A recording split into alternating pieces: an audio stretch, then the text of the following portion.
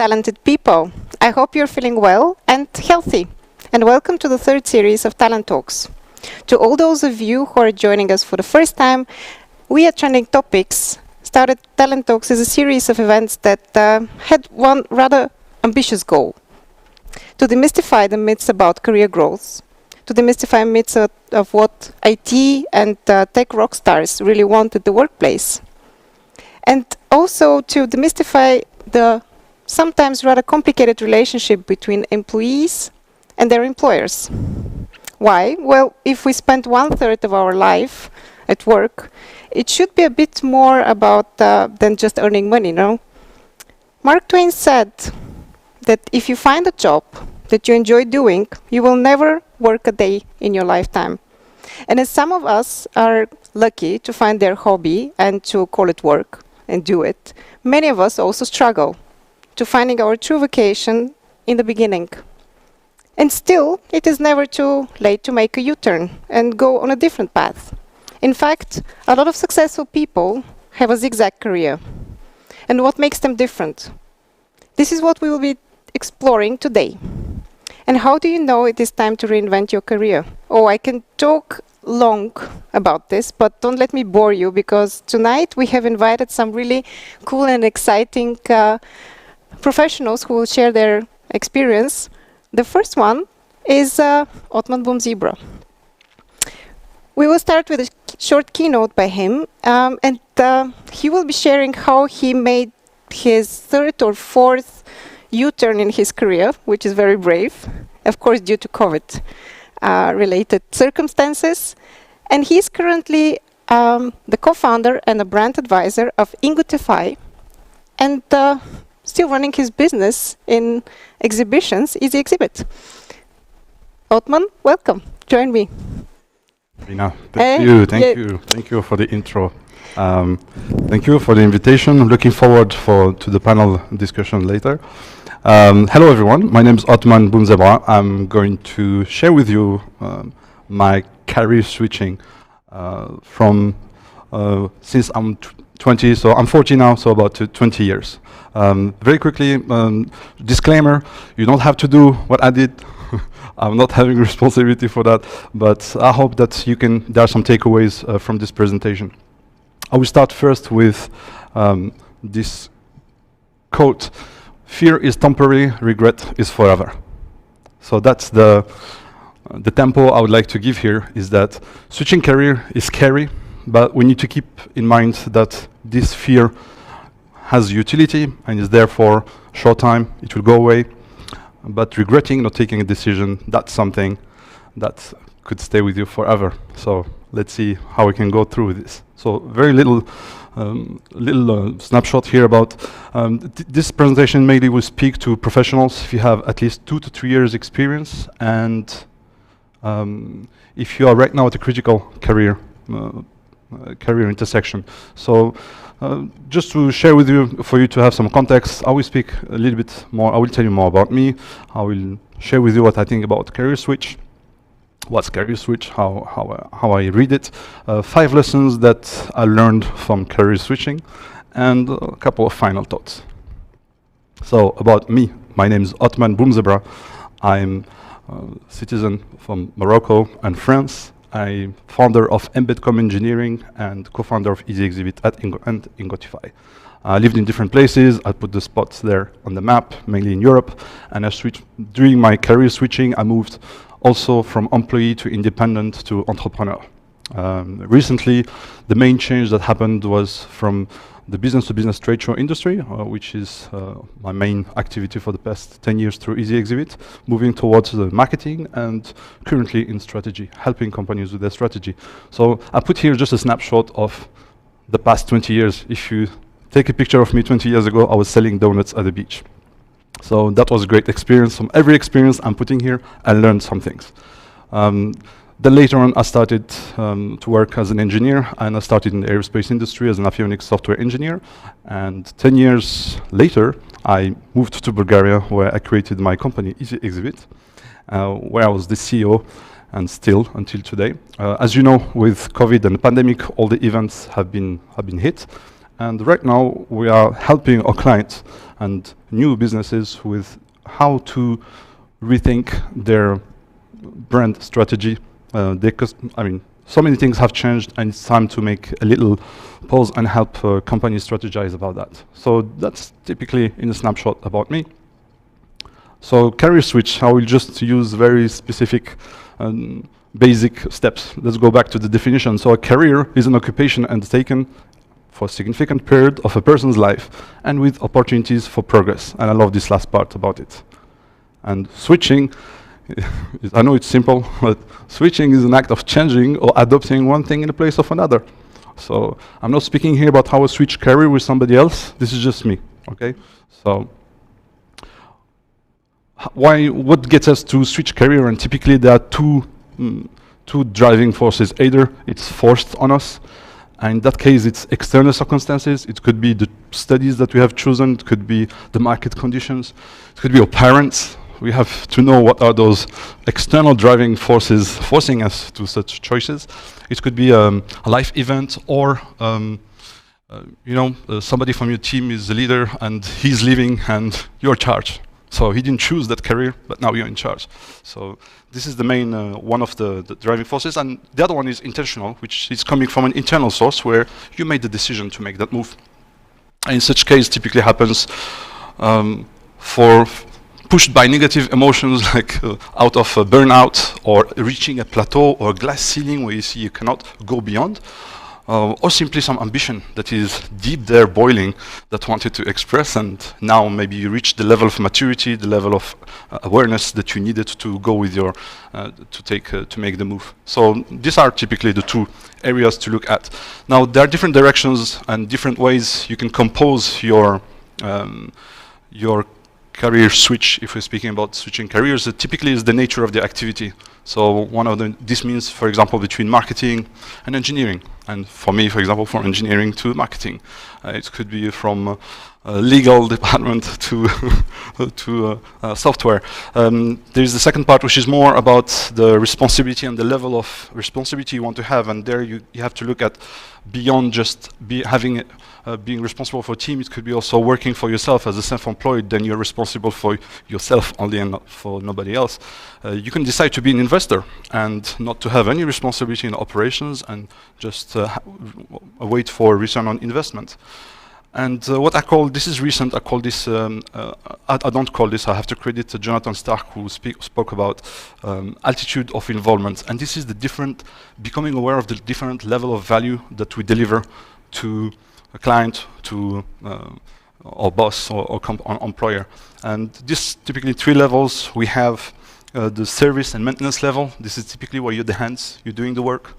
Then you have the implementation level, where you have an expertise that is valuable and that can help implement things and do a very specific job. And the last one, the highest one, which is strategy, where you help your customers, your team to come up with a strategy. So you have to take that into consideration. Typically, your direction will be a component of one of or all of these parameters.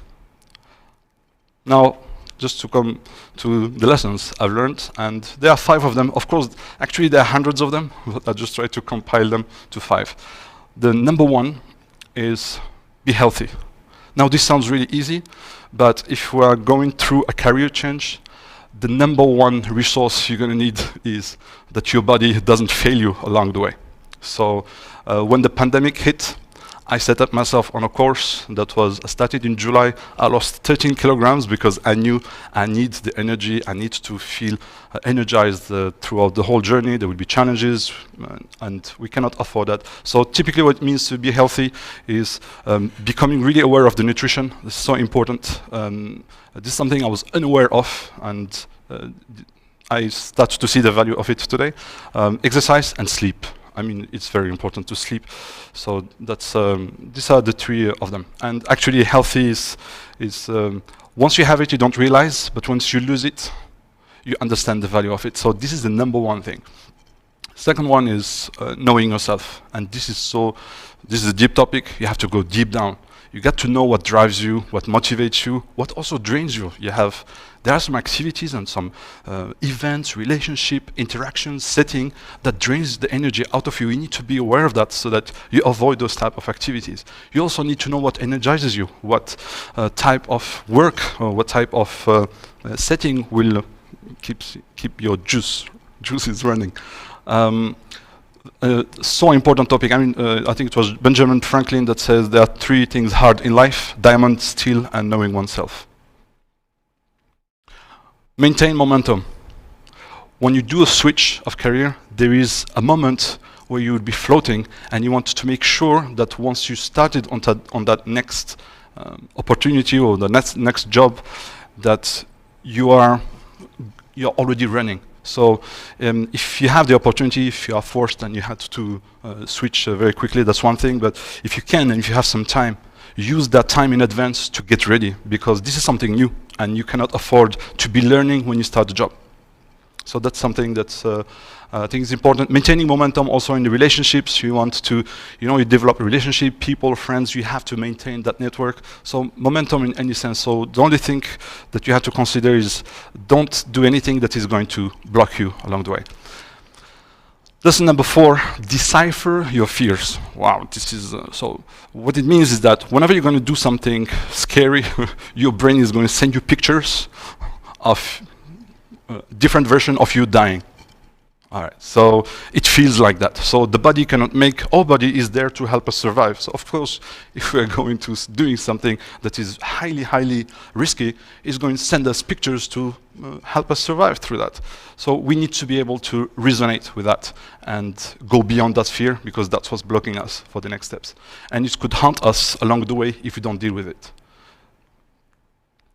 And lastly, and one of the most important ones, is align your relationships. Meaning, you have a partner in life, make sure she's on board or he's on board. Make sure they understand what you're trying to do. And also consider if you have responsibilities, children, you cannot just make any kind of career switch. It's very important, because those people are going to be the supporting cast in hard moments, and you need those people with you. So big up to my wife, life partner and business partner, Zaza, and for that. And this is so crucial. It also means the ring of friends you have. When you change career, you've got to change your environment. You have to rethink with who you want to be surrounded that is going to help you in that journey. You've got to consider that. It doesn't mean you have to break up with friends, but it means you've got to be more intentional about who you want to hang out with.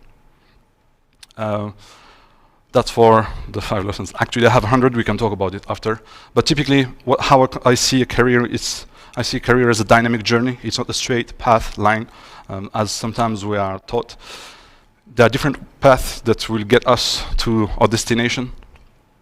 And when we have, in this journey, sometimes we'll be facing challenges, and we just got to make sure that we can assess what we have ahead of us and the opportunity also behind it, but we don't just simply jump into it.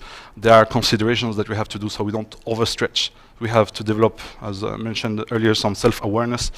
And what I suggest, and my takeaway from if you're doing a career switch, it's like what you do before any long journey into the unknown. You want to make sure your tank is full. So pause if you can.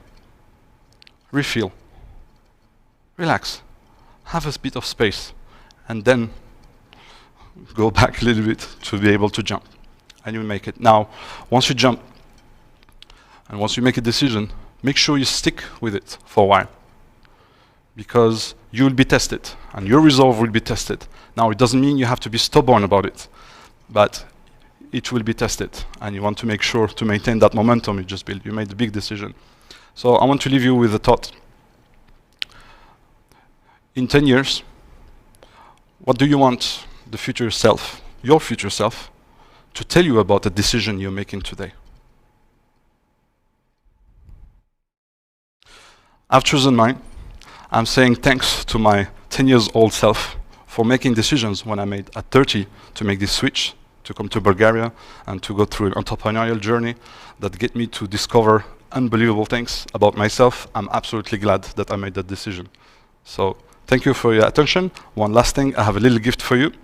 So, for the first 5 people that send me an email at this email at otman.boom@gmail.com with the subject career switch, I will get you an exclusive self-assessment that comes with a report that will show you what drives you, what motivates you, and it's really fun, it's really cool, it's online, takes only 15 minutes. I'll be happy to give you that for free for the first 5. That's it. Thank you. Thank you, Otman. That was cool. Hey, Thank you. next time I hope that you will be sharing with us the lessons that you have learned as a donut seller on the beach, because that is a quite exciting story. There is a lot to learn. So before we continue, I would like to invite you and to encourage you to send us your questions. You can do that. Oops. The clicker is not playing with me right now. So it's working, yes. You can ask your questions on Slido with this event code Talent Talks, or you can just scan the QR code. You can also put them on Facebook if you're watching us live on Facebook. My colleagues, we will be following them, and I will ask them to the audience at the end.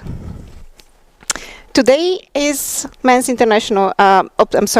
is the International Men's Day. So I decided I'm going to introduce our next speakers the other way around. First the man and then the lady.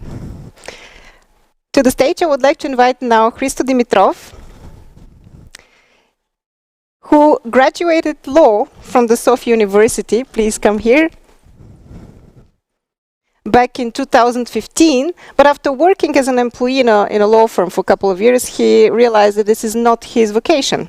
He wanted to do something related to data. So he started first as a data processing executive in market research, followed by a data scientist internship, and now he is currently in the position of database migration engineer at Documaster.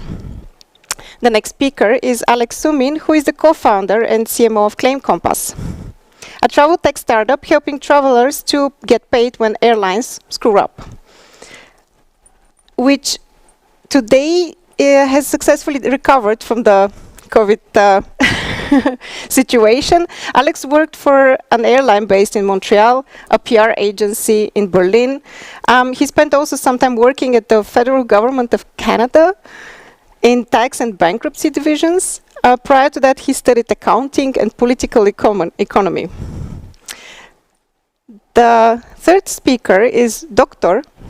Svetlin Nakov, and he is a passionate software engineer, inspirational technical trainer, and a tech entrepreneur with 20 years of experience in a broad range of programming languages, software technologies, and platform. He is a speaker of hundreds of events and a prolific author of 12 tech books, a trainer of 500,000 tech students in software engineering and digital skills.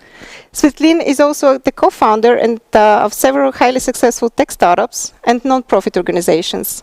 Currently, he is Innovation and Inspiration Manager at Softony. Please come to the stage.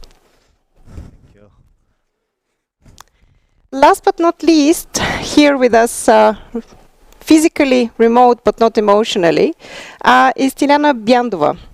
She graduated civil engineering, but there was a huge but, because she wasn't happy with her job. So she decided to change her career, and she developed to a data and analytics engineer, now currently working at Musalasoft. Tilyana, I hope you can hear us.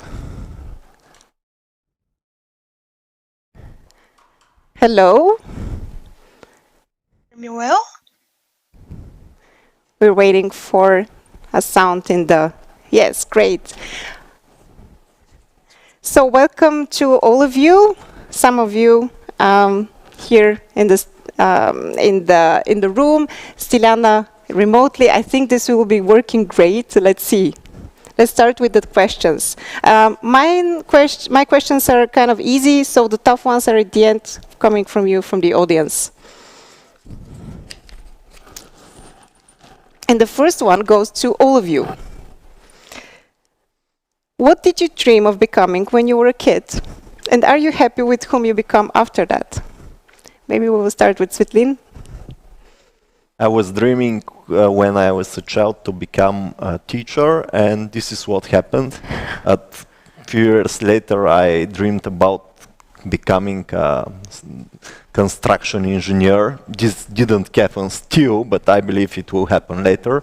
And the third, when I was a little bit older, was to become a software engineer, and this happened first. So next I switched to teacher. Now I combine teaching and software engineering, and I believe someday I'll be involved in constructions to happen all these my dreams from the past. So, okay, so all your dreams came true. Now you need to make up new ones, I think. I'm highly focused. Yeah.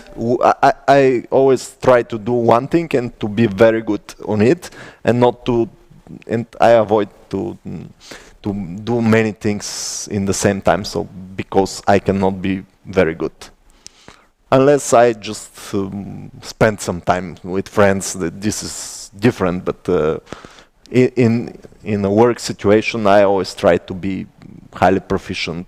Otherwise, I don't feel well. I feel like I'm not for this thing that I do. Oh, it's hard to imagine that you maintain to keep focus with all the stuff that you've been doing in the last years. But This is for a lot of years, because I started when I was a child. For example, I started programming when I was 11 years old, so I have a lot of coding experience, which happened when I was at school. Later, I became a teacher, either at school. So when I became a student, I was student, teacher, and software engineer in the same time in my students' year. So it happens. It happens. Regarding the books, I have only one book which I wrote entirely alone. All of the others were one chapter for you, one chapter for you, one chapter for you, and I will give you the guidelines. So this is how this is how it happens. Okay, Alex, what was your dream? That's a tough one. I think as a kid I wanted to become an artist or a painter. Luckily, I guess, for a lack of any significant talent, I didn't choose that path. So I guess there's that creative side kind of carried over a number of different things. So I definitely did not dream of becoming an accountant or a taxman. So You will be sharing about this one. I mean, I'm quite curious how it came to all of this. Hristo? When I was a little kid, I had quite unusual dream of having my own personal zoo. And I was drawing schemes how the different species should be situated in this zoo and how to get animals from all over the world. But then I figured out that that's quite expensive project. So at the end, it's not who I've become. But regarding if I'm happy now, yes, I would say that I feel happy and content with whom I've become. And though there is always space to grow, to make new plans. And recently I got a kitten, so maybe it's not too late to start this zoo project after all. So you already have the career change. Career change. Yes, yes. Stiliana, what was your dream? Hello, everyone. Well, when I was a little girl, I was dreaming to become a hairdresser. I love to make different hairstyles to all my dolls. I even gave some of them a haircuts, really terrible haircuts, but I give it a try. And of course, nothing happened. I didn't even try to become a hairdresser when I grow up. Later on, I dreamed of becoming an architect. Total disaster. You have to paint at least well. I cannot paint at all. So I gave up this too. Actually, I didn't dream of becoming a civil engineer, but it was the closest to architect. It was at least connected with the buildings. But actually, I never thought that I will end up here working as a database developer. Nevertheless, I think this is my best decision yet. Oh, you sound happy. Happy to hear Yes, that.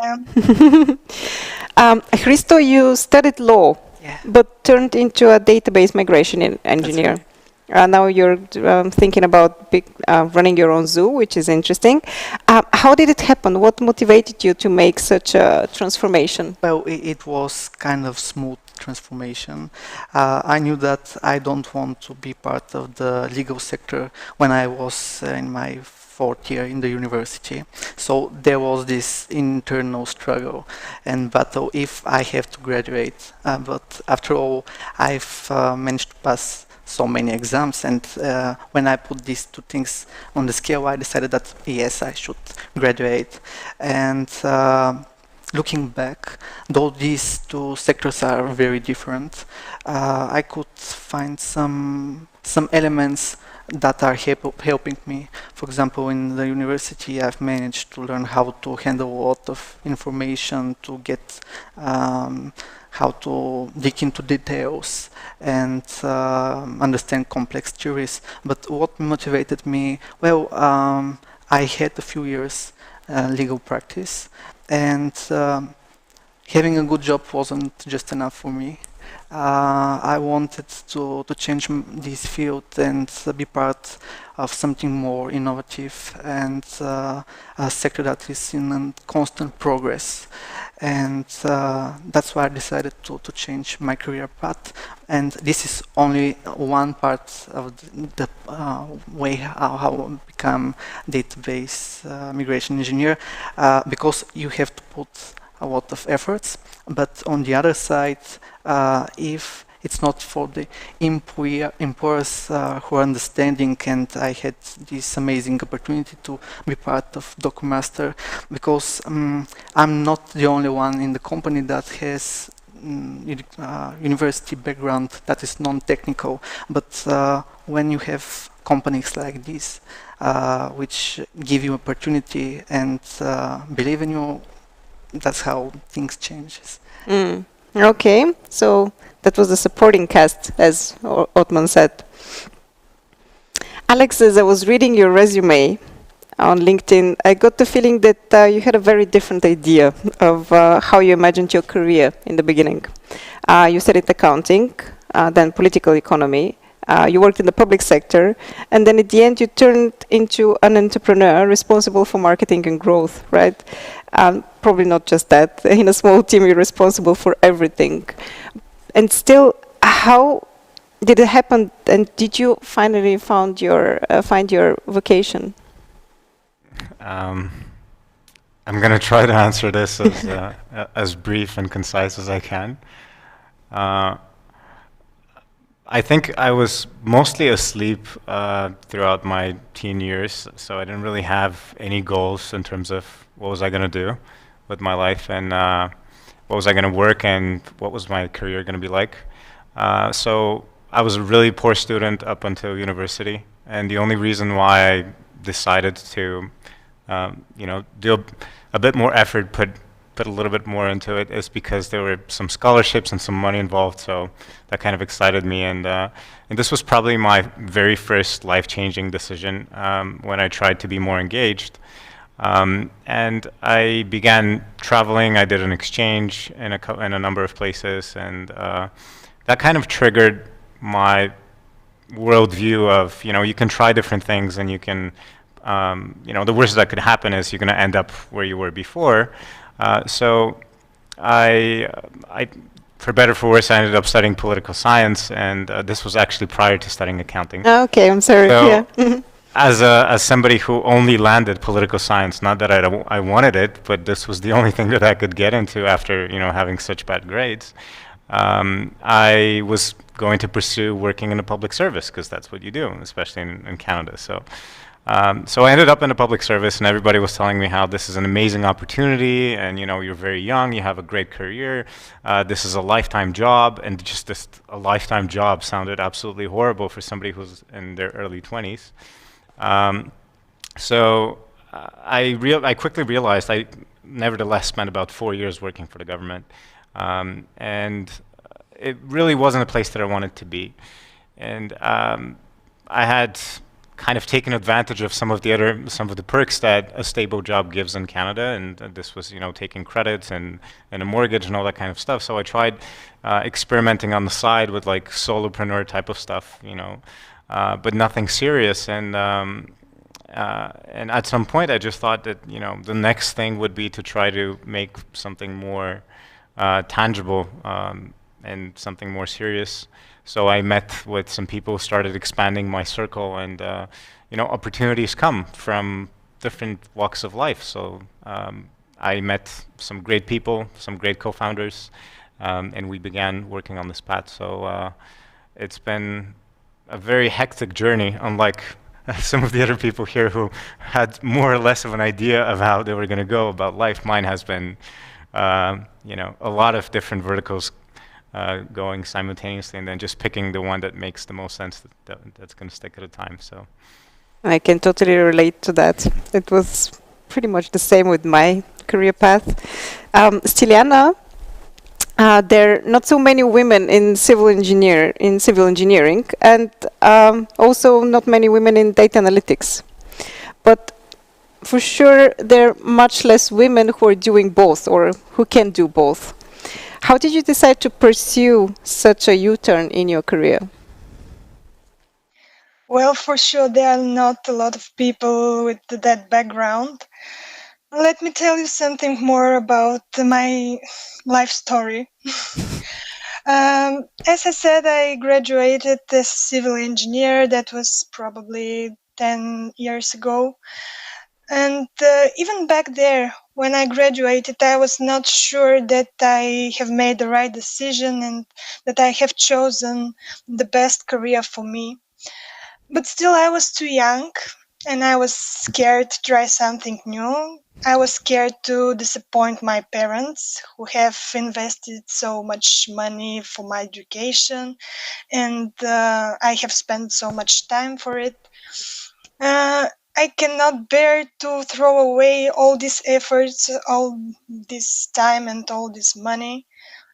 So I tried to give a try actually, and started working as a civil engineer. I thought, well, maybe when I studied it, it's not so interesting, but working it will be. And it is, actually. It is interesting, but it's not for everyone, and definitely it was not for me.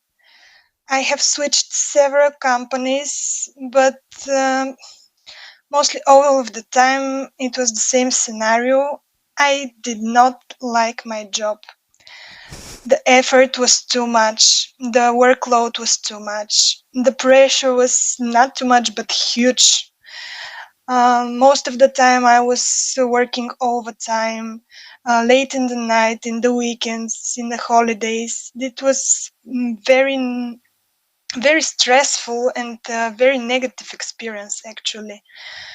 So at first I thought, well, maybe this is the situation in this company. I can try in a different one. Maybe it will be different. So I switched companies, but unfortunately, the situation is almost the same everywhere. And I can remember that before started my last job in a building company, I thought, well, if this time is not different, I will strongly consider changing my career. And so I started. I was disappointed at about 3 months later. And this was the final drop in the glass that made my decision to change my career path. Of course, I explored some opportunities, and by chance, by accident, or it was a God's will, I found a course that was for civil engineers who want to learn programming from the scratch. I thought, wow, that is just my profile. This is for me. So I started the course, Of course, it was a basic fundamentals course, but it showed me that this is something that I really should consider as an opportunity. This was the trigger of the change. This was the first step of my career change, and I'm glad. I'm glad I did it. I have never regretted it, not even a day since then, maybe 4 years ago. So this was the time that I changed my career. I'm still learning. I'm still training. Um, Still more to learn, but I'm optimistic that this is the path and I will not switch it again. Thank you, Silena. Thank you very much. I was thinking right now that whenever I had a U-turn in my career, there was something like a sign blinking on you, telling you, hey, this is the path that you should be taking. It was similar like to you. I mean, you discover all of a sudden a course which is like by design made for you. And I had such situations previous several times already in my life, and each time I thought, that's a sign, I need to follow that. My life, you know, the universe is sending me a message. So, Svetlo, we just discovered that you basically become what you have always been dreaming of. But you also have a long year experience in training IT professionals, and I'm sure that you have observed such transformations with your students. Could anyone become an IT engineer or a software developer? And what is the most crucial skill one needs to develop and manage such transition? I believe that anyone who wants to try should try, because people believe this is too complex or it requires too much math, or it's not true. It's true that it needs passion. If you have a passion on computers, like gaming, if you play games for 24 hours without going to eat or staying up out of the chair, it's a good sign that you have some passion to follow something in the computer. So you just need to switch the context and replace the games with coding. So this is how it happens even with me. In the beginning, I started maybe 27 years ago or something like this. You don't need to be so precise, yeah. But it was just a place where we went for playing games, and some of us were trying to hack the games, and we needed to write code because, for example, you save the state of the game, you open the file, edit the values, for example, how much money you have, change and save it. So this was in the very beginning. Later it became more complicated because game producers tried to put protections on the games, so it was very interesting. So I believe that young people should find something which is good for them, something where they have passion. So they need to try. For example, if you need to be a sportsman, you should put all your efforts there. You should not become accountant, for example. If I want to work, if I need to work as an accountant, maybe I will emigrate and or will kill myself. There are some professions that are not for me, and I feel this internally. I believe most people are the same, but with different professions. So people should try what they want. They should try many things until they find what is designed for them in this life.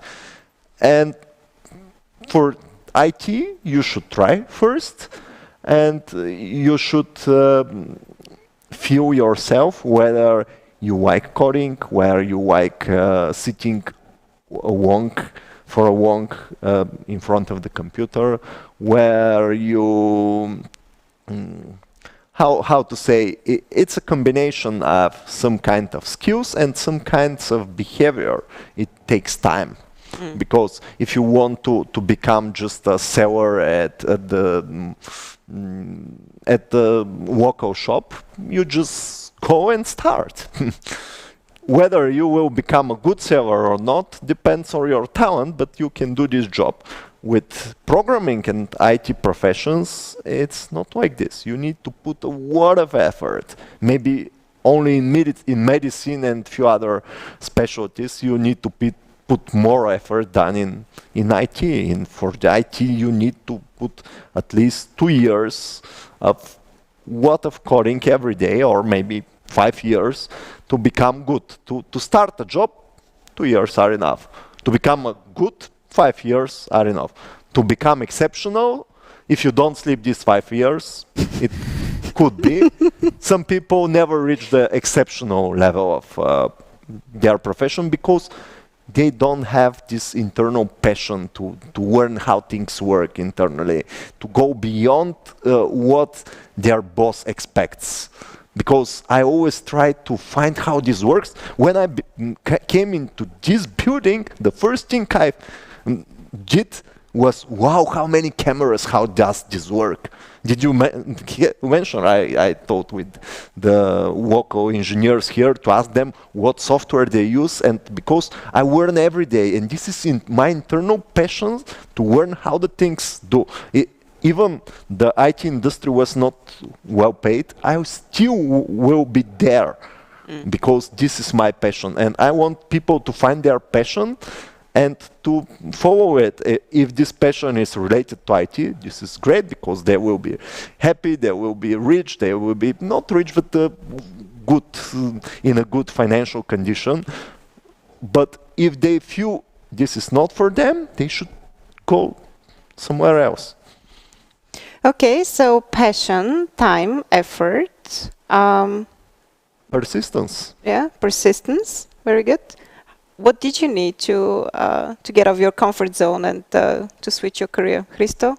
I would add that you should be courageous and to be willing to take some risks, because after all, switching from one career path to another is kind of a big risk, and it's important to know when to make this decisive step and think about the balance between the comfort zone and the spontaneity.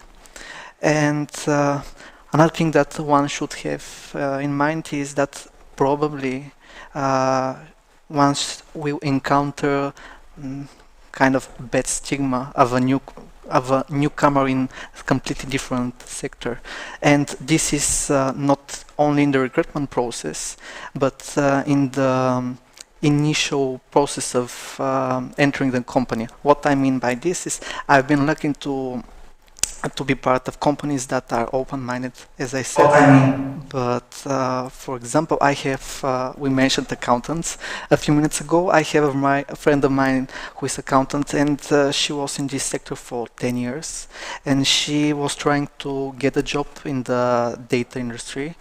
But after having so much experiences in another sector, some of the recruiters decided for herself and said, this is a completely new beginning for you, and we don't think you put so much passion and efforts to make your new career from the very beginning. And it was kind of unfair, and she's still struggling to find a new job. And you should only also have flexibility and mental agility, I think, to stay focused on the tasks you want to achieve.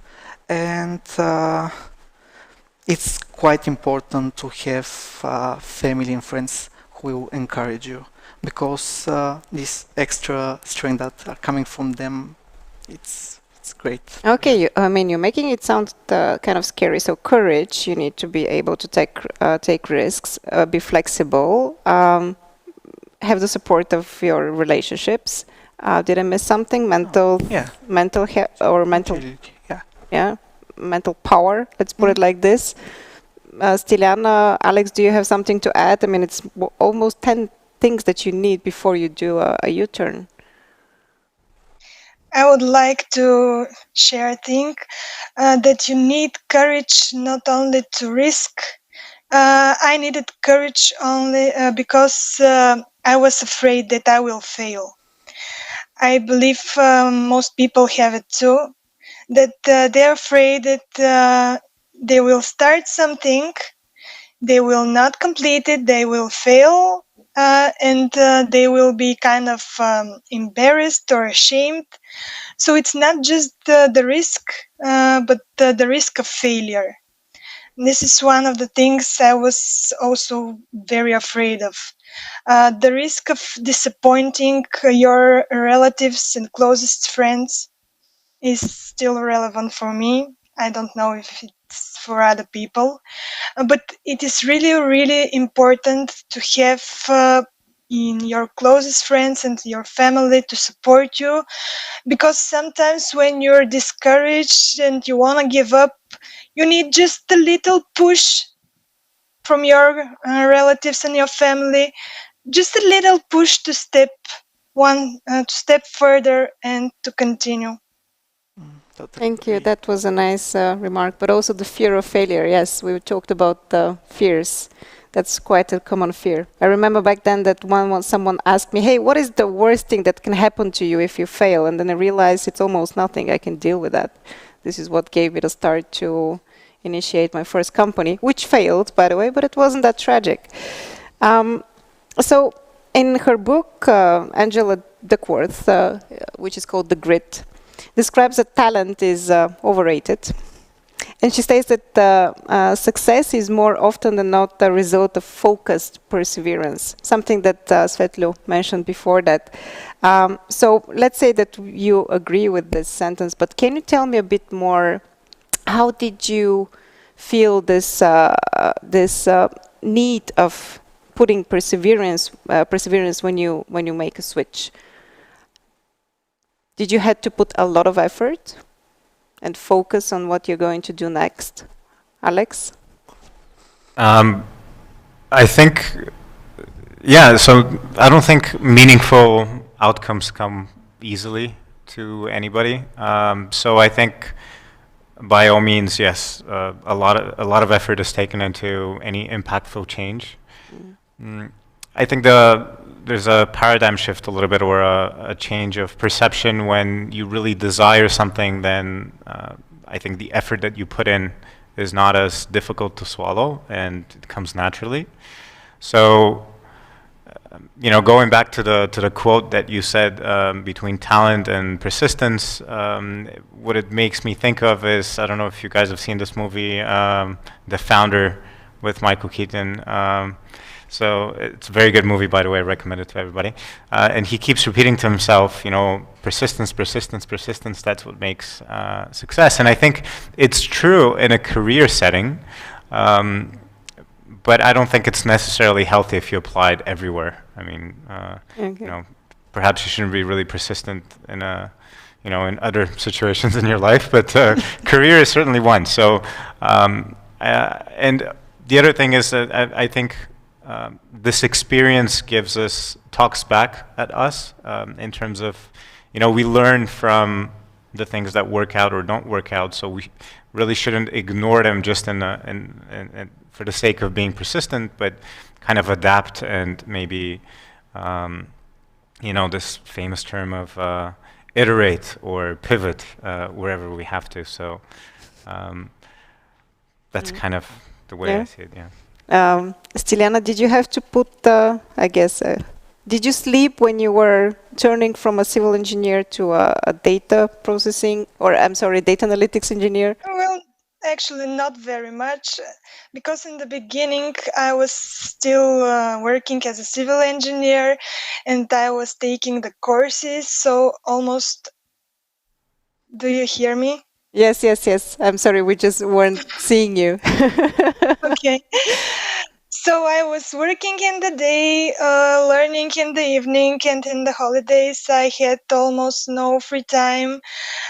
It was really a great effort, but it paid off. Did you do a lot of sleep and In the beginning. Not so much coffee when you were. Well, I'm drinking a lot of coffee even now, but yeah, at the beginning, it's quite difficult to get know the company and what your job would look like.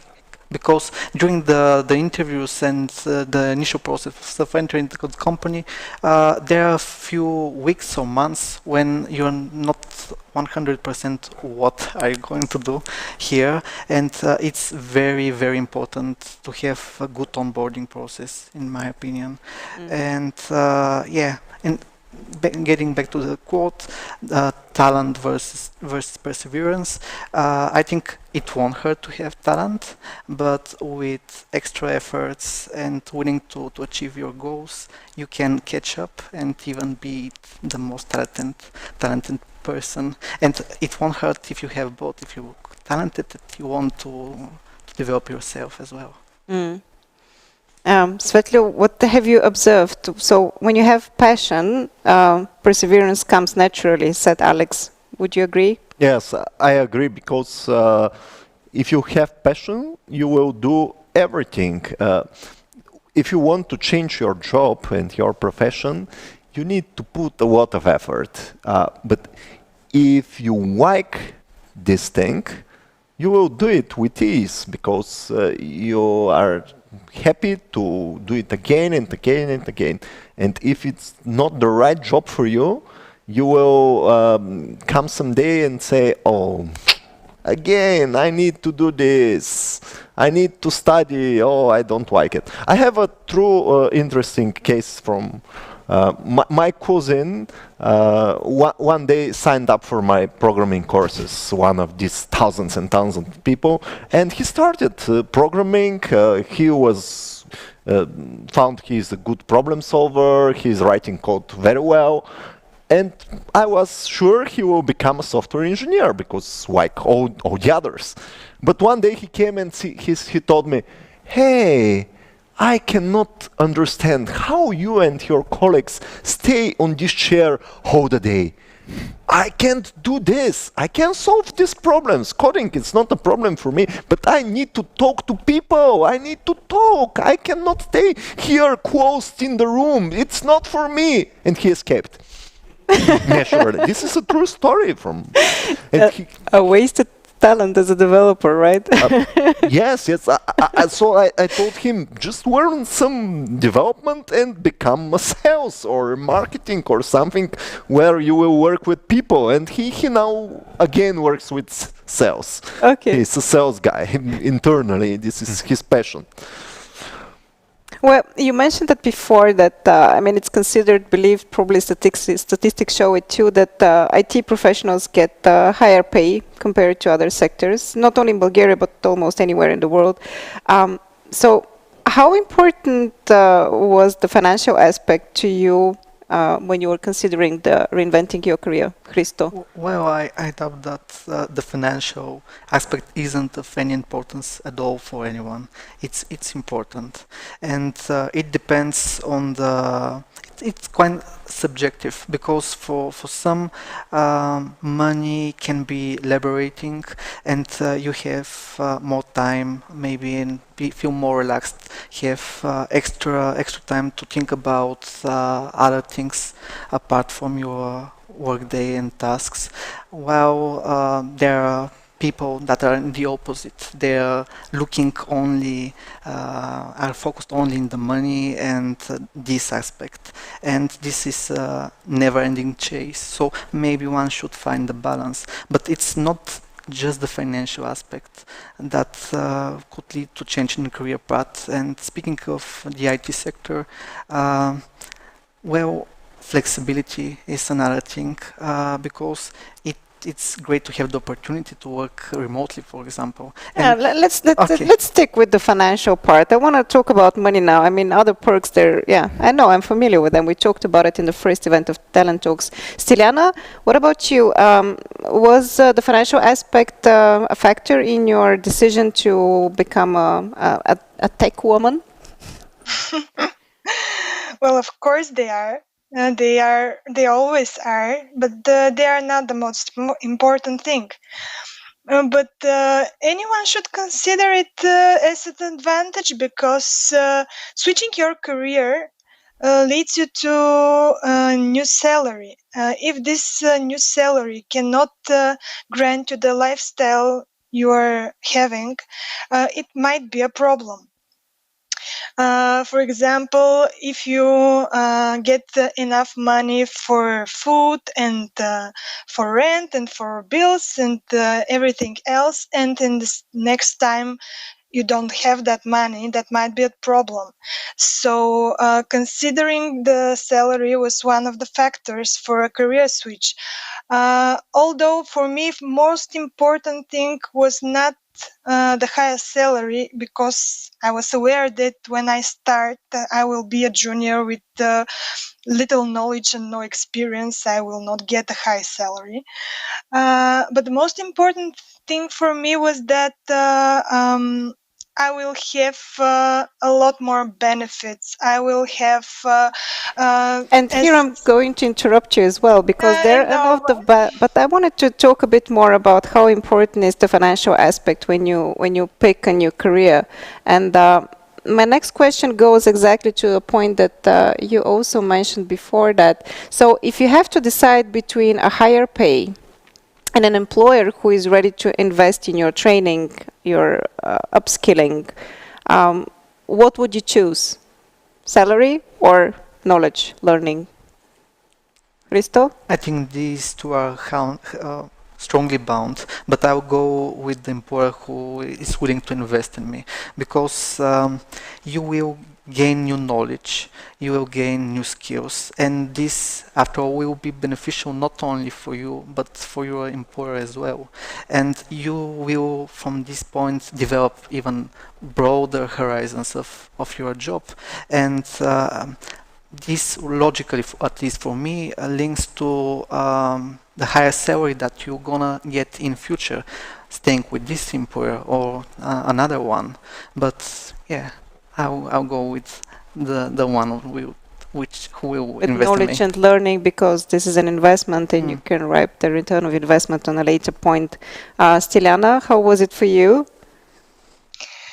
I cannot agree more with him, because for me, choosing an employer that will invest in me, it's actually a double win. Because when I learn more, when I develop, when I upgrade, I will respectively get the highest salary too. So it is a double win. Actually. It's a win-win situation. So it's a double. And how is it in a startup, Alex? I mean, you're more on the side of the employer. How much do you stress on giving the right training to people who join the company? Because I mean, I can imagine that as a startup, you cannot really afford to have. You'd be surprised, actually. Okay, okay.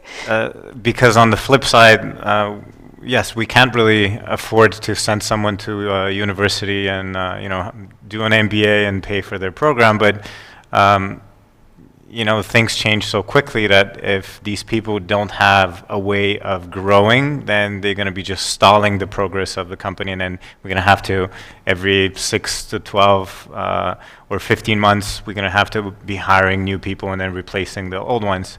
And actually, we tested this year. So when we acquired this other company, we took over a completely foreign code base, different products, everything. The entire infrastructure was completely different. A lot of the engineers had never even worked with their tech stack, and some of the more junior people on the team just completely rebuilt the whole thing within a matter of a couple of weeks.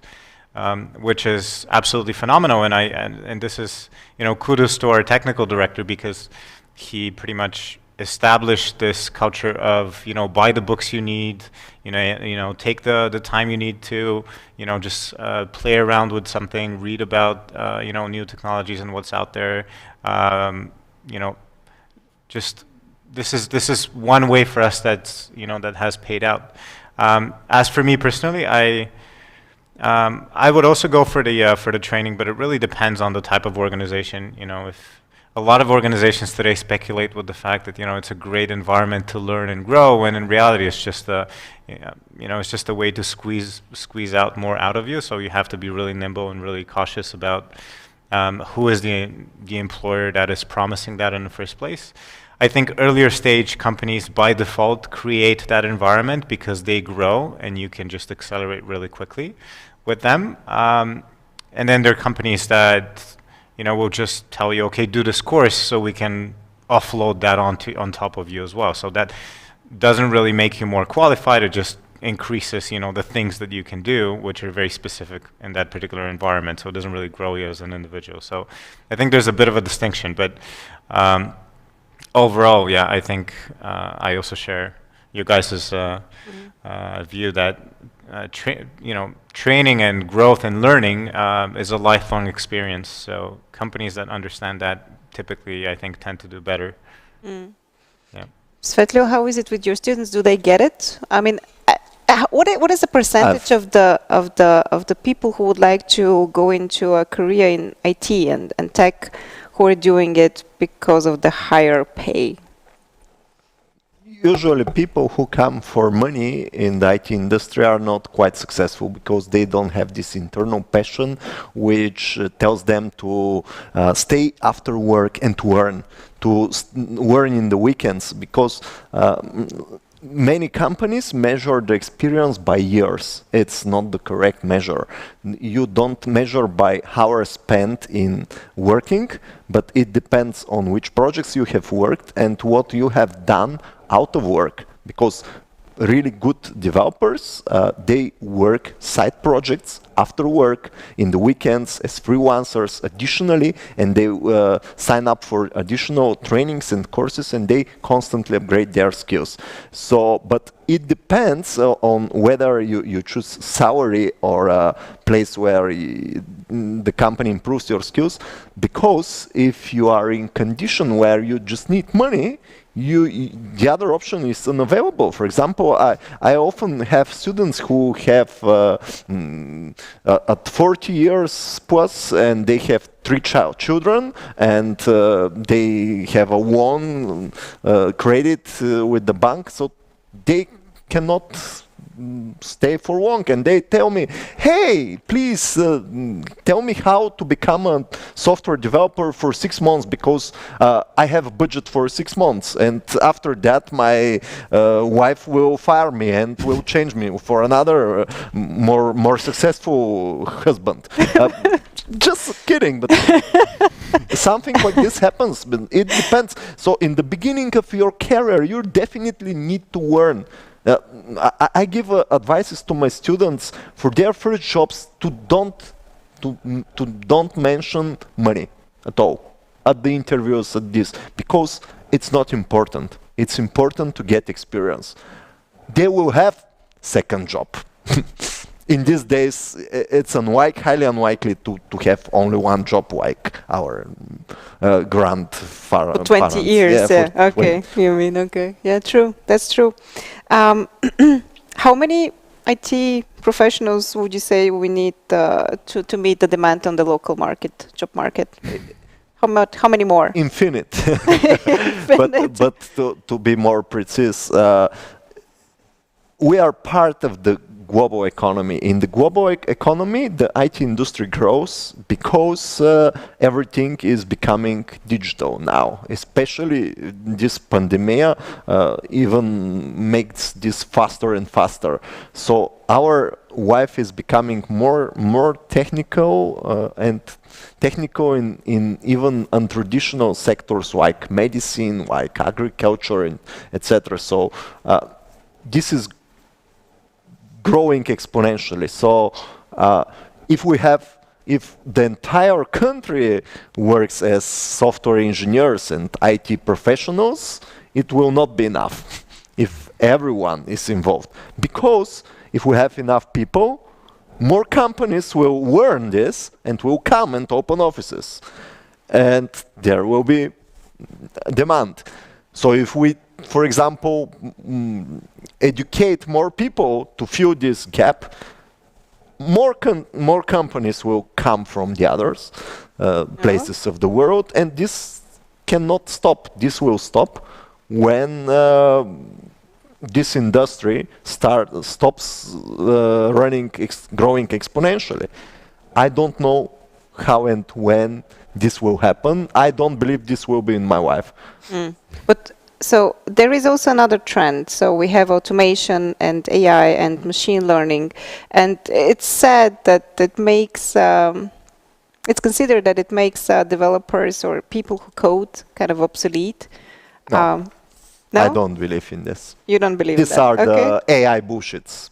Okay, I like that. Thank you. Because this have happened many times before. When horses was changed with cars, what happened to the horsemen? They needed to get new skills and become car engineers. So this happens again and again and again. Because people say, okay, what will happen when the factories replace the people with robots? We can see this works in Japan, in Korea. This is not something new. So this has happened in the past for many times. Now the speed is a little bit faster, but it will not happen. The replacement of the standard workers with robots will not happen for just 1 year or 6 months. It will happen for 30, 50 years. For example, I don't believe that taxi drivers will disappear soon. They will become disappearing slightly, because even now we have horsemen. It's not so massive like, I don't know whether this is the English word, konyar, but people who care for the horses, and even now we have them, but it's not such a big portion. So this will happen naturally. Young people will will choose more technical jobs because this is this is the moment now. In the next years, they may choose space-related jobs where people will live in other planets. And this will happen with the more and more with the young people. Like, for example, now car engineer is a person with a laptop. In the past, car engineer was a person with these things. It changes. In the future, car engineer maybe will be someone who have a joystick. And the same Like is for surgeons. soldiers. Soldiers are with the joystick. They don't go at the battlefield. Even surgeons have joysticks It's now. slightly, it's a transition, but this is the direction. And it's actually considered also a transition that is happening ever faster. So there is this word that we live now in a knowledge society. So one of the most important capitals that we have is actually knowledge. So in the middle of this fast-paced industrial revolution that you've been explaining in very picture-like words, I liked it a lot, learning becomes critical if you want to stay competitive on the job market. So how much of your daily life is committed to learning and upskilling? Hristo? Well, I'm trying. Like in hours. I'm trying to learn something new every day, and it depends on the day and the workload. Sometimes it's a few minutes, sometimes it's a couple of hours, but I'm constantly trying to get new skills because, as it was mentioned a couple of minutes ago, we're living in such times when it's quite usual to change your career path or your career journey, and it was quite normal a few decades ago to stick on the same position for your whole life. Now the situation has changed, and there are researchers that on average man will have 5+ jobs during his life. So it's very important to gain new skills, to gain new knowledge, because it's like doing a puzzle. It's beneficial to have more information and more knowledge because you don't know when you're gonna need it, and every new skill and knowledge counts. Okay, yes, that's true. Also, it's very dynamic. You don't know where you're going to end up. Alex, how much time do you spend in learning and upskilling? I mean, I'm yes, not sure I've not kept, training others.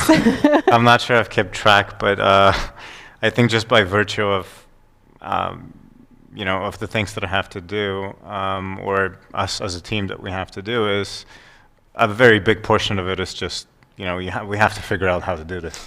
Nobody really knows how this is done. We don't have the time or the resources to go and find somebody, so we're going to do our best to figure this out. We're going to, luckily we have a network of pretty smart people around us who have either done it or know somebody who has done it in the past. And we reach out to them and we try to understand, how is this done? Be it, a deal, be it something, a technical challenge or a marketing challenge or just a strategic question. So all of those things I view as assets that we acquire and we know and make us smarter on how to proceed further. So in terms of more tangible skills, I guess, almost on a daily basis. I mean, we do look at a lot of things, and things do change. And in our case, for instance, it was our industry almost died, and we became obsolete overnight. So, we've never experienced anything like that. So now how do we start selling other stuff to the same people that we haven't done in the past? So that's an entirely new learning experience from all kinds of things, from setting up a new entity in the US, which is going to have an agency agreement with their old company, and how do we do that? So how do we do that from a legal standpoint?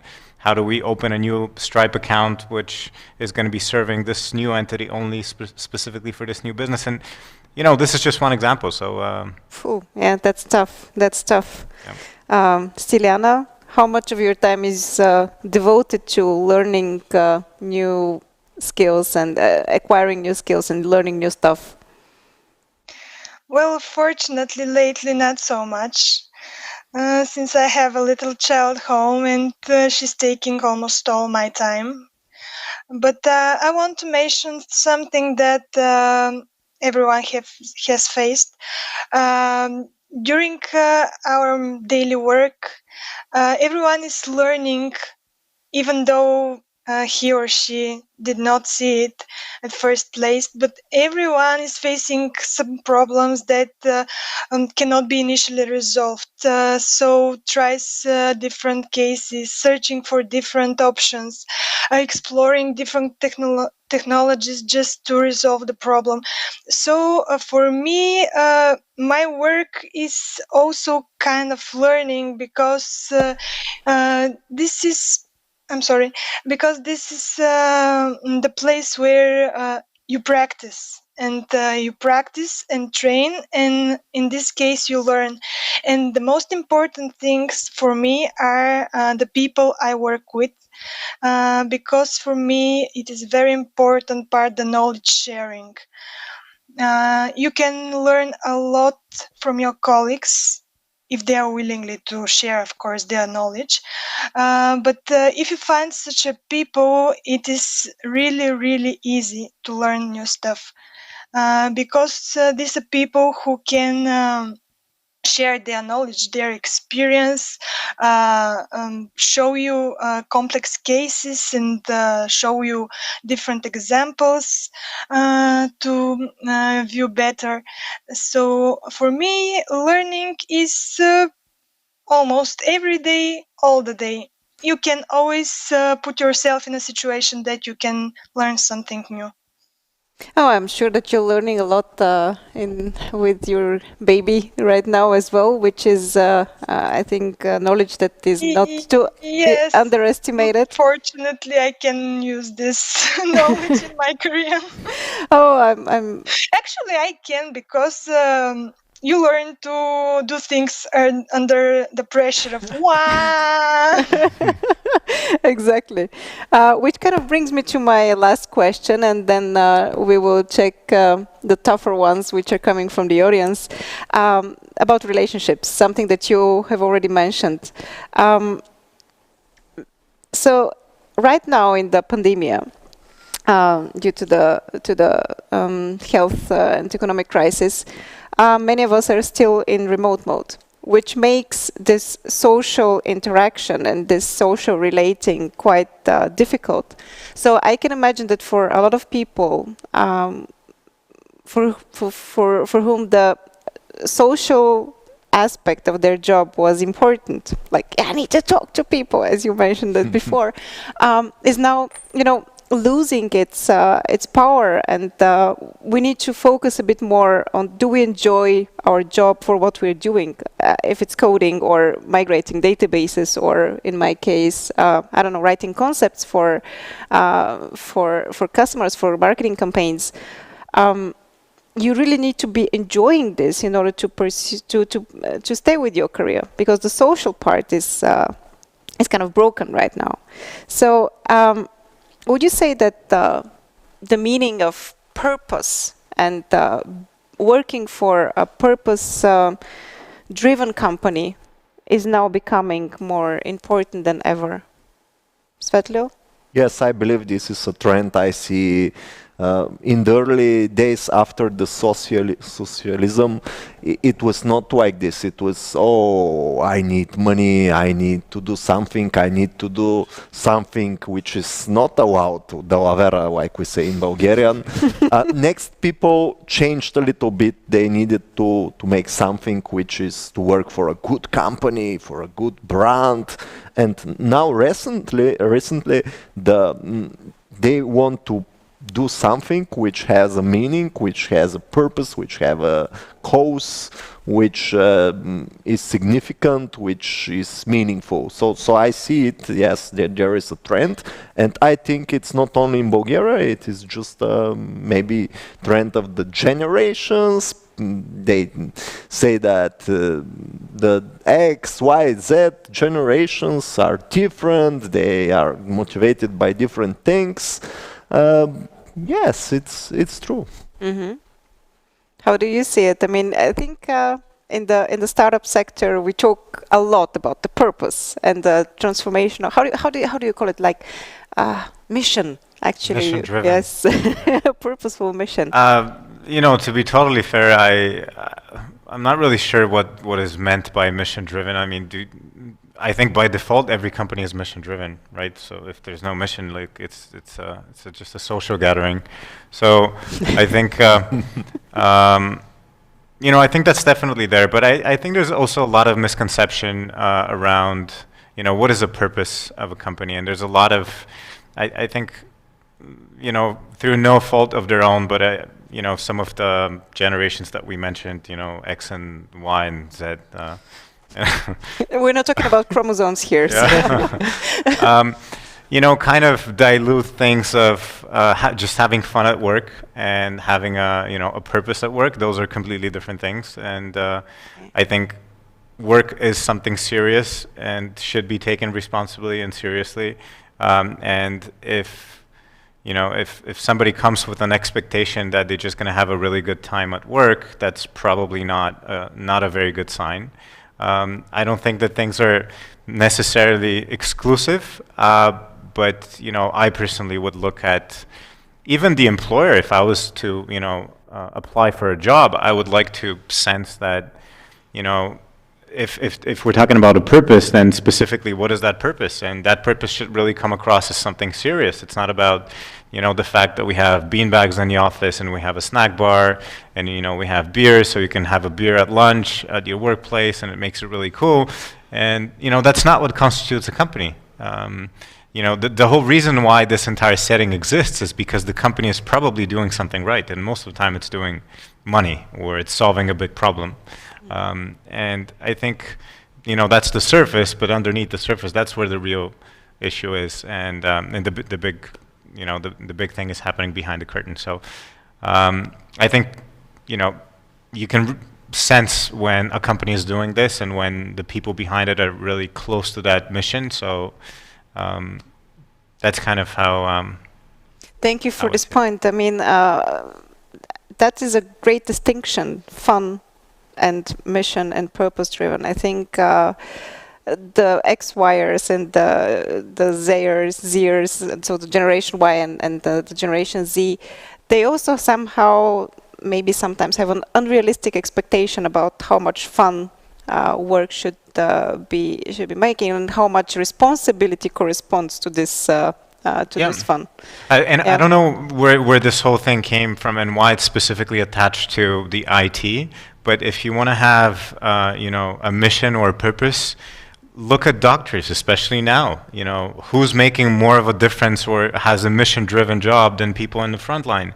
I don't see them talking about it's great, it's so much fun, but let's face it, this is the people that are making the most of an impact. But somehow people are not really when they talk and they envision this mission-driven company or a job. That's not specifically what they see. They see, I'm going to be in marketing, or I'm going to be a coder for the startup that does filters for selfies, for example.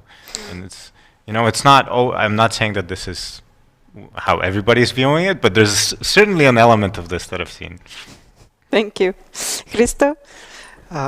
For me, it's always been important to like what you're doing, but actually from my point of view, it's becoming more and more important to be part of these purpose-driven companies and to have a cause, because you spend a great part of your day and your life doing some jobs and working on some projects, and in the end of the day, if you don't like what you've achieved, then this results in mental burden, I would say, and you just don't feel good enough. And it is part of this could cause burnout, and it's really, really important to like what you're doing and to know that it's beneficial for your clients or for some people, that you're making their life better. And this will give you extra force to avoid this danger of burnout, for example. So luckily for Stiliana, she enjoys her work, and she is now currently working mostly remotely. So I don't think, I think maybe we know the answer to this question with you. Yes. Although you don't probably have the physical social contacts with your colleagues right now, which I'm sure that you probably miss. Actually, I haven't seen my colleagues, some of them for 9 months, some of them I have never met. Recently, a new colleagues joined the company, and I have seen them only on camera, of course, but it is not the same. The personal contact for me, it's really important, because it connects people, it makes people more close and for me it is good to have it. Now I am more close with the people that I knew before, the people I have met. Of course, I work with the new colleagues, I communicate them, I help them, everything is much the same, but this tiny difference, that is the personal matter. You cannot at least talk as a friend with these people who have never met in face. Of course, I hope this will change soon and I will meet these people. But for now, unfortunately, the situation is this, that the only way to see and communicate with them is online. I've just checked the questions from the audience, and there are several. I hope that we will manage to answer them all. The first one goes to Dr. Nakov. What can you do tomorrow if you want to find your real passion? If I want to find my passion, I will try different things. In fact, I had periods of time in my life where I have a lot of passion and periods where I have less, because I'm very good when I'm starting something, when I'm building something new, when I need to be fast, to learn the others how to do things. But when I achieve the goal, the passion slightly reduces, and this is normal with maybe most of the people. So I need either find a new passion or just think how to change the requirements and to not to feel myself like I have reached the destination.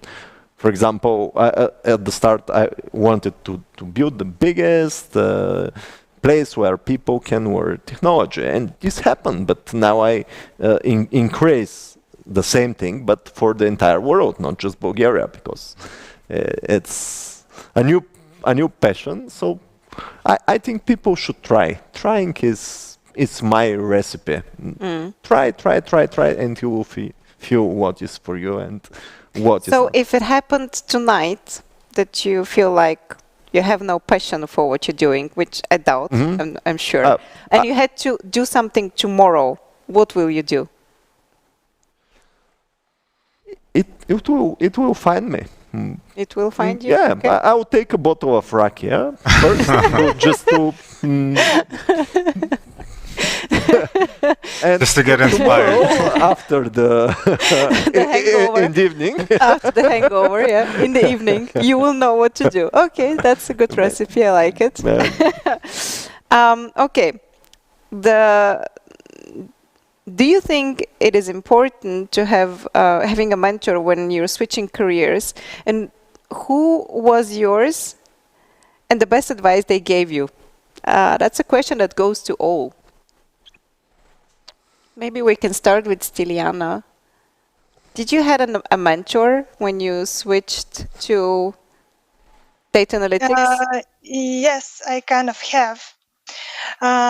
It was one of my colleagues / friend, and he was one of the seniors in the company. He was not positioned as my mentor, but actually he was. He gave me some very good advices that I should not give up when I see difficulties. That I should try constantly to develop and to gain more knowledge and to be more and better. Yes, I had this kind of a mentor. He helped me a lot in my difficult moments. He helped me actually in my not so difficult moments, for he provided me a very good knowledge background. It is good to have it. It is easier to have it. I don't think it is necessary to have it. Thank you. Hristo, did you have a mentor? Yes. I had a dedicated mentor once I entered Documaster. His name is Metodi, and it's very beneficial to have a mentor if he's good enough, and that's the case.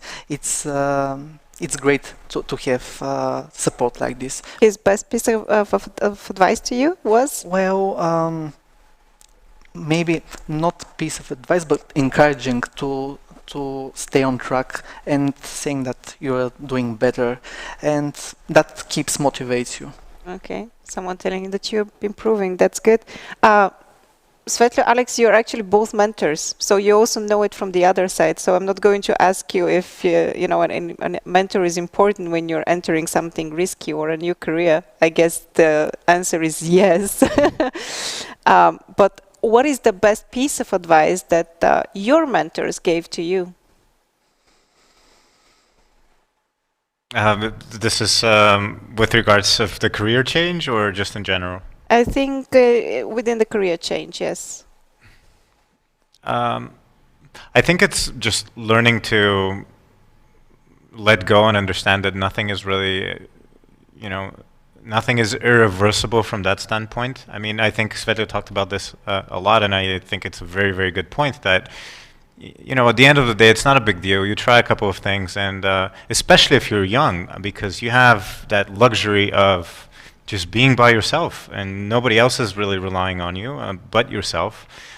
So it's really sad to see somebody selling, their best years for a couple of thousand euros or levas, whatever, a month if they're not sure that this is their vocation, instead of trying a bunch of things and then failing at all of them, but at the end of the day you walk away with all of those things that I tried, and I've met so many people, I've tried so many different things, I have discovered myself better, maybe I found something new, maybe I didn't. So that advice of don't worry. One of the things that when we were speaking to our very, very first investors at 500 startups, during the first call, they said, you guys are too early, so sorry, it's not going to work. And we said, that's totally fine. We're going to just keep doing what we're doing. And then 2 weeks later, we had a second call with them, and they said, you're still too early, but we really like you. So it might not be this company. You might fail.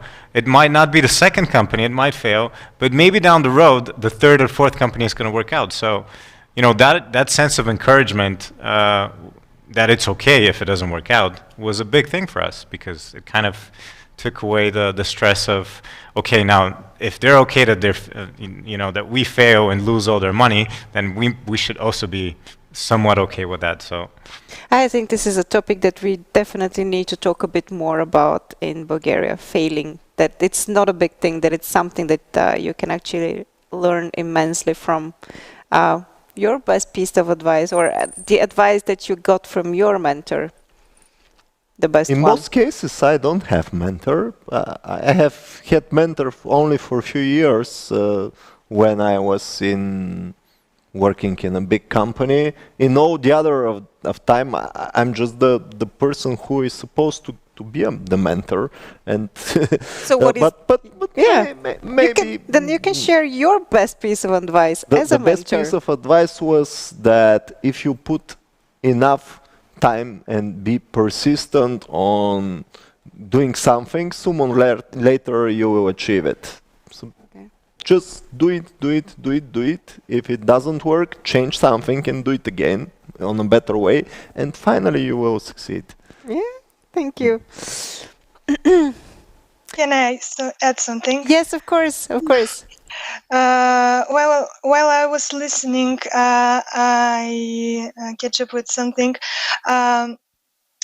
One of the other advice that I want to give is that it is never too late to change your career.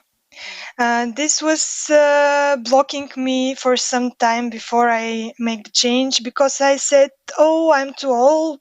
There is no time to learn new stuff. There is no time for making new careers, etc. It is not too late. If you're breathing, it's not late. As long as you're alive, it's not late. This is my advice. So sign up for Softuni. That's great. Or become a painter, or why only the tech industry? Where your passion is leading you. Okay. There is a question to Alex from. So Claim Compass is a niche business idea. Which was bigger motivation, the challenge to work in a startup or the duties of a marketing job itself? This is from Georgi. That's an excellent question. So first of all, I was massively unqualified for a marketing, and I still am, by the way, for the role that I occupy. So I don't view myself as, as a primarily marketing specialist or a practitioner. So at the time, the motivation was that we wanted to solve a particular issue. And it was just funny how it all coincided. I worked for an airline before, and coincidentally, just a couple of weeks before coming across the idea, so Tanya, our CEO and co-founder, pitched the idea at me a week after I had my flight delayed and canceled. And I had worked at an airline, just sitting right next to the customer support people, and I had no idea that this thing even existed. So it was mostly, and I have a pet peeve for poor customer service. So I really, there was no expectation in terms of monetary, anything money, really. It was mostly like, we're almost sure that nothing's going to work. So it was mostly around, okay, so we know that this is an issue. What's the best way of solving this? Can we solve it? And that was a drive that I think all three of us shared, and this is one of the probably the single most important thing that we did right is that we were all at the same level. We were all intellectually honest with ourselves in terms of what are we getting ourselves into, what are our expectations, what do we bring on the table. So this mix really made things possible for us. Not so much in terms of, I want to be a marketing, a marketing person. This comes later. You can be a marketing professional and join a company and then keep growing as a marketer. When you're founding a startup, it's a luxury if you get to a stage where you can really specialize and be a really good marketing person or a really good... I think nowadays it's almost impossible. I mean, media is developing so fast. So even, if you stop learning in 3 months, you don't know what is happening anymore and you don't know how to do marketing, digital marketing. Yeah, that's true.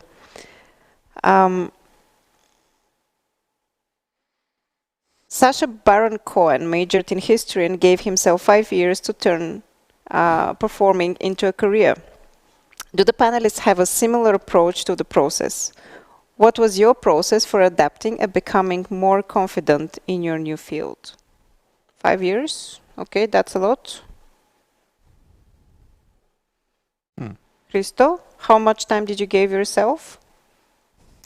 Well, from the legal point of view, till my first job in the data field, maybe it was a year to feel comfortable, to take some boot camps, to start digging into this material.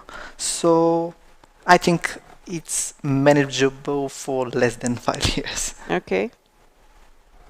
Svetlo, 5 years? Is it a lot? 5 years, if you do it as a side job, yes, 5 years is good time.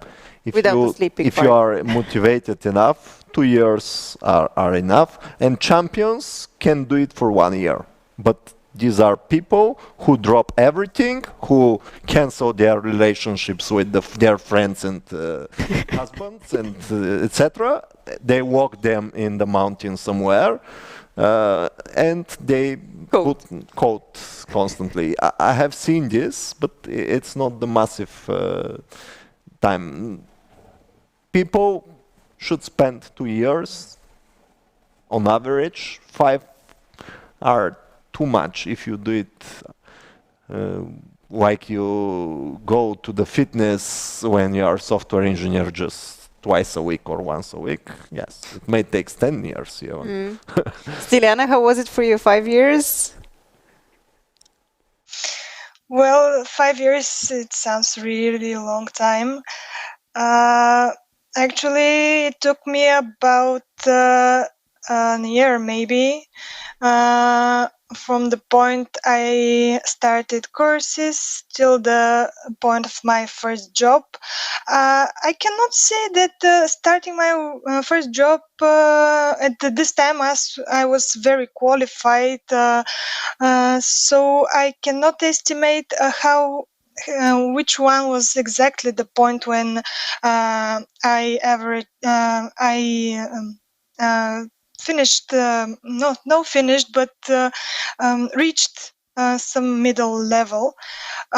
I'm not sure if in these 5 years he means only the learning or learning and upgrading, but I think that this is too much, really. But some things must be taken as if this was his full-time commitment or just an hour a day or an hour a week. If you take it an hour a week, it may take not 5 but 10 years maybe. So I think it depends. It really depends. So it depends on how much you commit on it. So you can become a averagely good programmer or coder in 2 years. When it comes to marketing, it's, it takes learning all the time. So 5 years would not be enough. Yeah. To have this process.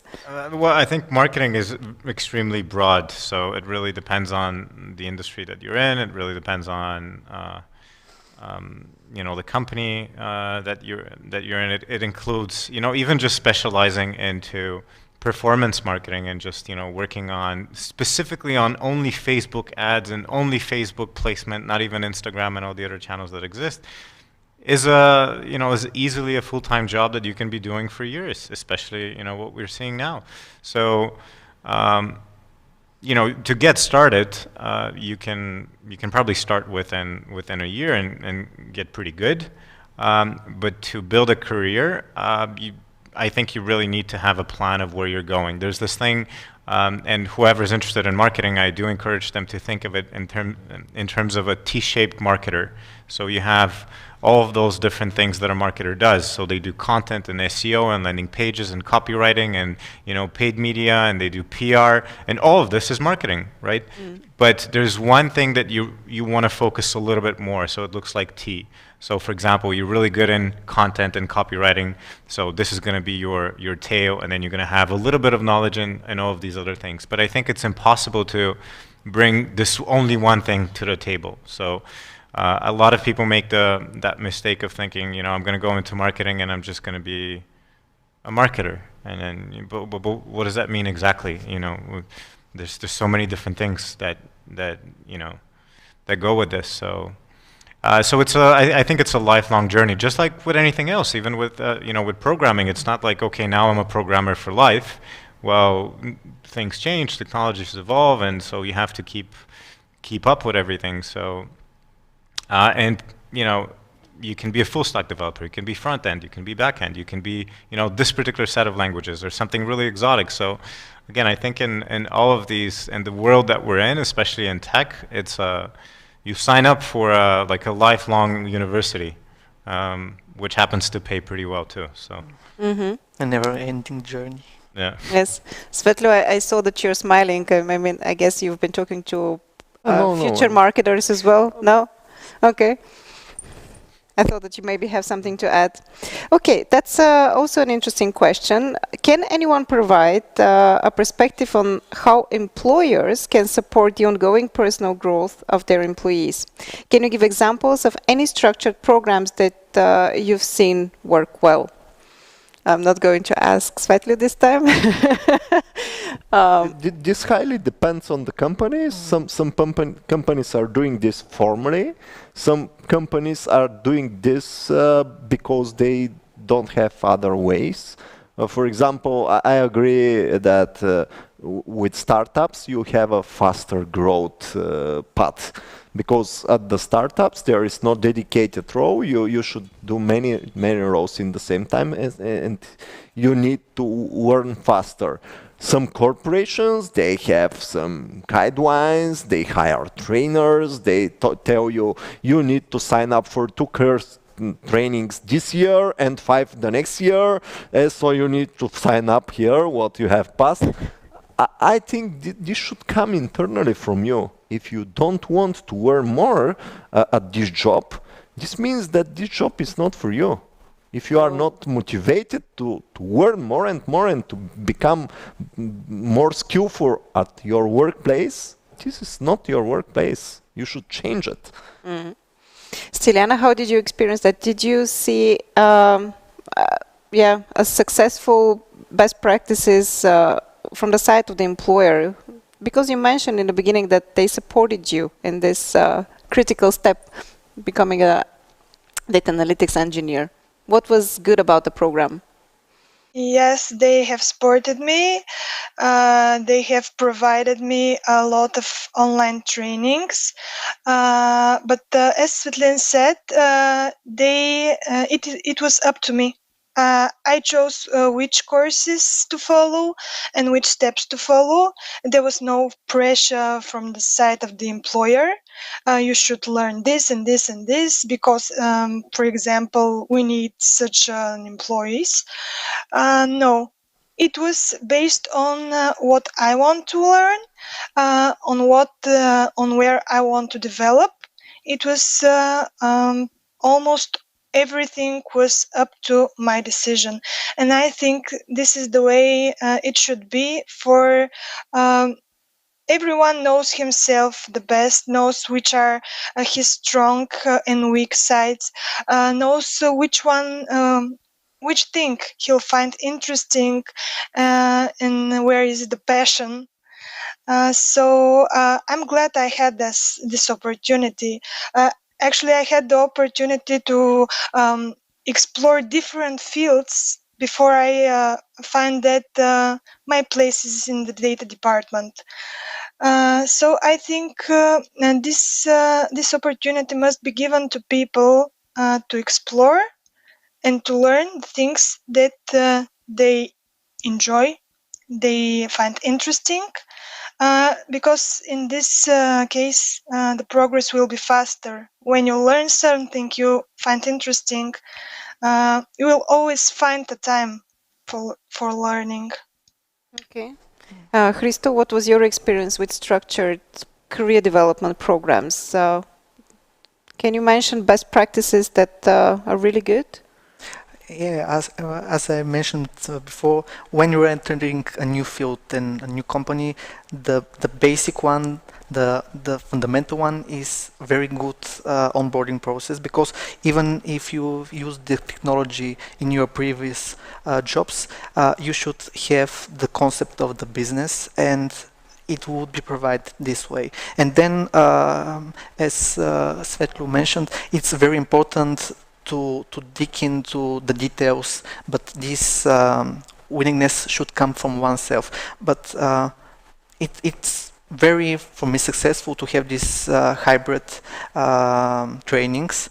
On one hand, from the other teams or your teams or your team, and they could be mixed with some internal trainings that will give you broader perspective and some new knowledges.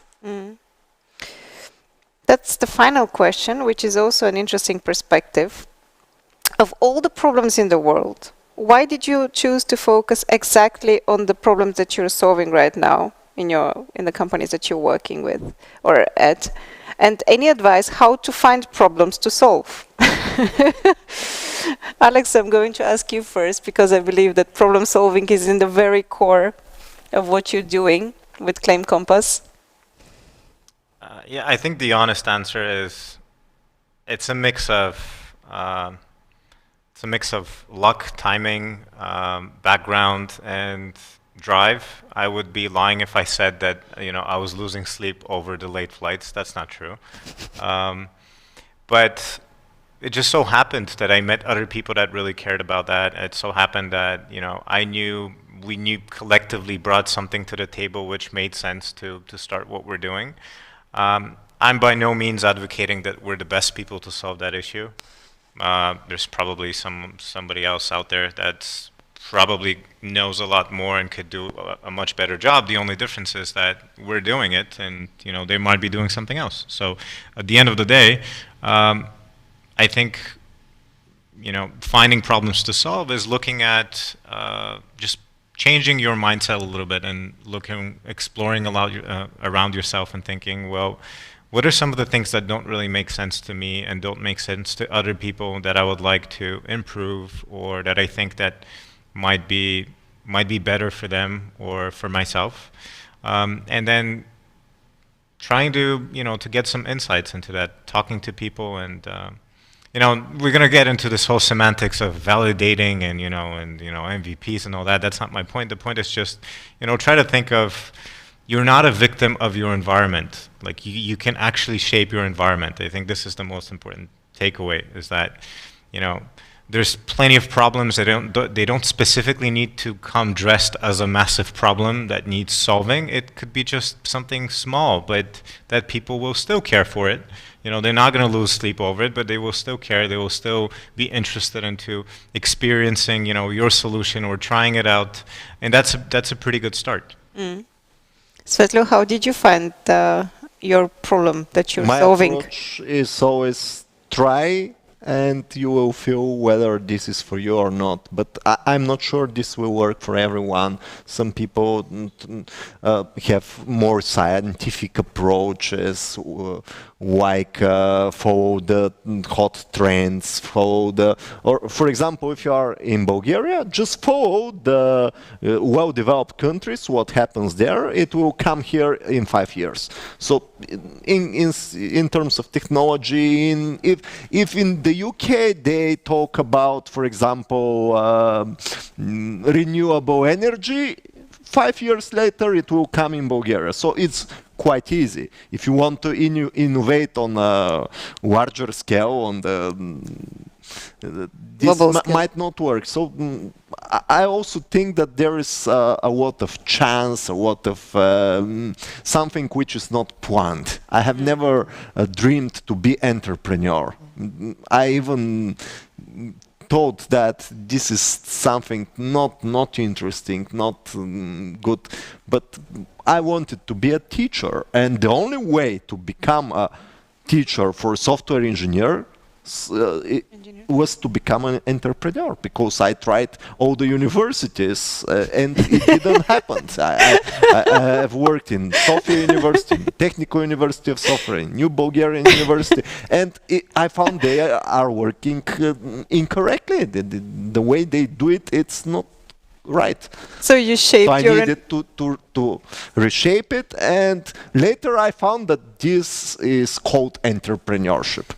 I didn't know. For example, the first day I started making marketing, I didn't know this word. I just put ads in the forums. This was before the Facebook and this shit's modern. I just put advertisements, even on a paper, on the street. Yeah. Come and learn programming, path, and people came. Later, I found that this was a marketing, and there is a marketing funnel and other terms. I just reinvented them. But I believe there is a better way. Some people first read books and then they try what they read in the books. I do the opposite. I first try, and if I fail with my first attempt, I talk with friends, because reading books takes too much time. I can always find someone who is more skillful or something than me. For example, if I currently have, again, I need to find a replacement for YouTube and Vimeo for thousands of videos. So I tried myself, and I talked with people, and they advise me. I compile all the information in myself and try what they told me and find a way. So this is the innovation, and this is my place in this company, but it's not for everyone. Hristo, as a lawyer, you might have solved a lot of problems. You also might have created a lot of problems. Just a joke. I hope that if we have lawyers in the audience, they're not taking it personally. But how did you pick the problem that you're solving right now with data? Well, I will agree with Alex that timing is very important, and I'm not quite sure even now that I've chosen this problem, but maybe the problem have chosen me, because it was by accident how I saw this ad for this position, and just 2 years ago I didn't know that one day I'll migrate legacy systems. So yes, it's timing and chance, at least in my opinion. Yes. Stiliana, the last word is yours. How did you pick your problem to solve?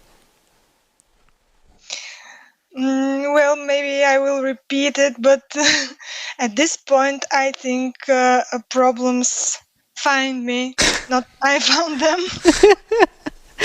That's great.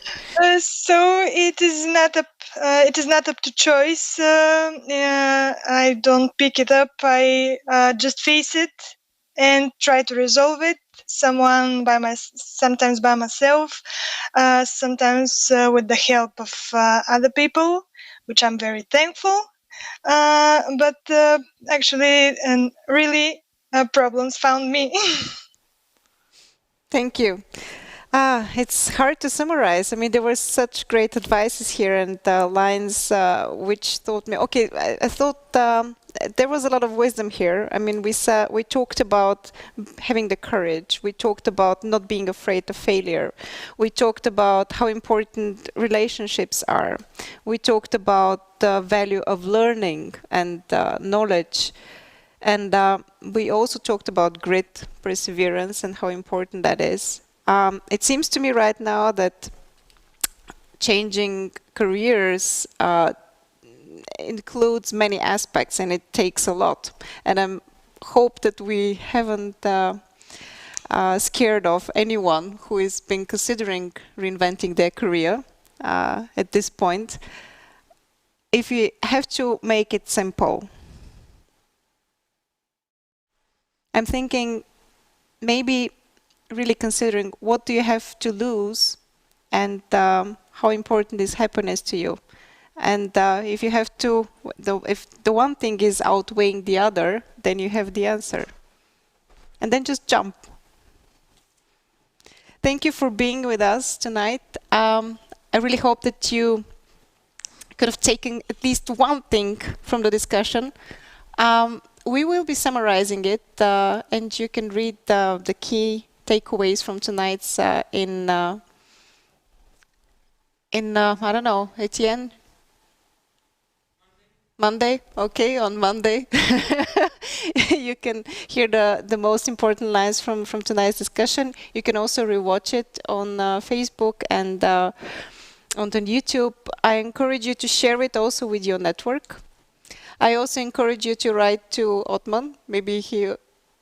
Do you still have 5 or no? I don't care. You will tell me later. Encourage you to write to him and get this personal assessment for free. I did it. It was great. And see you most probably in January, where we'll be talking about managers and developers. Bye-bye.